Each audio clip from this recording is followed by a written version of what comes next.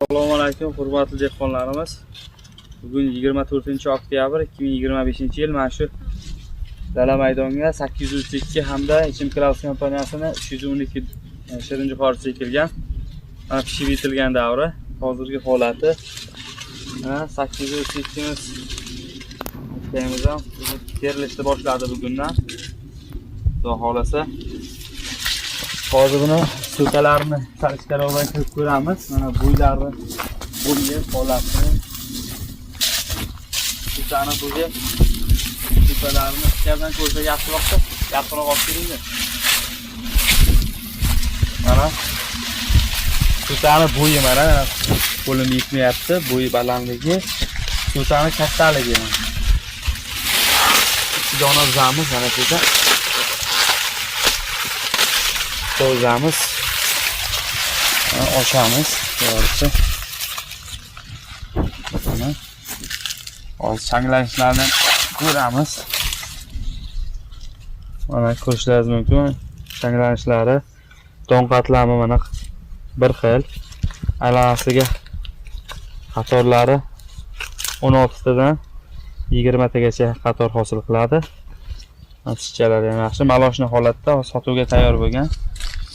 Uzunligi ham 20 sm dan uzoq, 25 sm gacha, 20 sm dan.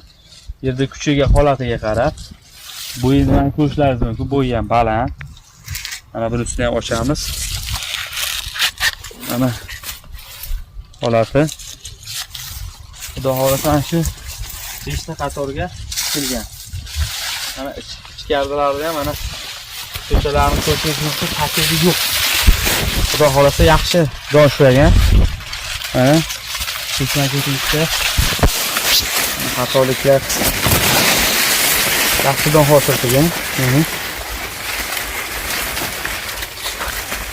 Vegetatsiya davri 832 bilan bir xil kunda ekilgan. Hozir 90 kun bo'lgan holati. Chunki kuzgiga havo salqin keladi. 90 kunda o'zi mana pishib yetildi, sotishga tayyor. Bir hafta mumkin turib ham berishi mumkin. Salqin, havo salqin sotib olsak, pishib o'tib ketmaydi. Kunlik tarafi 3gacha solgan. 3gacha changlanishi bor mana. Kal bo'lish holati ko'p kuzatilgan emas. Xohlagan so'tani ushlab ko'rsaga mana ma'lum. Shuni ochamiz, mana. Mana ochamiz mana. 3gacha ushlagan mana. Shu tarafi bizga ma'qul bo'ldi. Xudo xolasa pishirib ham ko'rdik. Bir sutka davomida mana kecha kechqurun pishirib ko'rgan bo'lsak, ertalabgacha suvga turdi, holati o'zgargan emas, yaxshi.